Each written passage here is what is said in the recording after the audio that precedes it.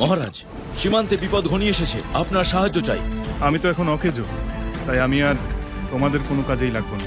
3 বছর আগে যখন আপনাকে ফাঁসানো হয়েছিল তখন থেকে আমি তদন্ত করছি।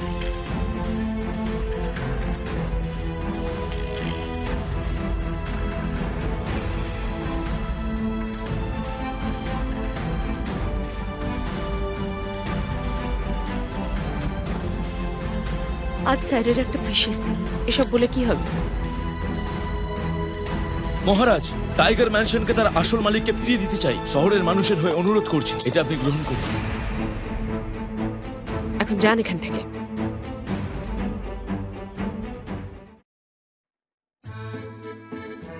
এই ভাঙাচোরা জায়গাটায় মানুষ থাকে কি করে? ঠিকই বলেছো, কি নোংরা জায়গা রে বাবা। কেউ পরিষ্কারও করে না তো।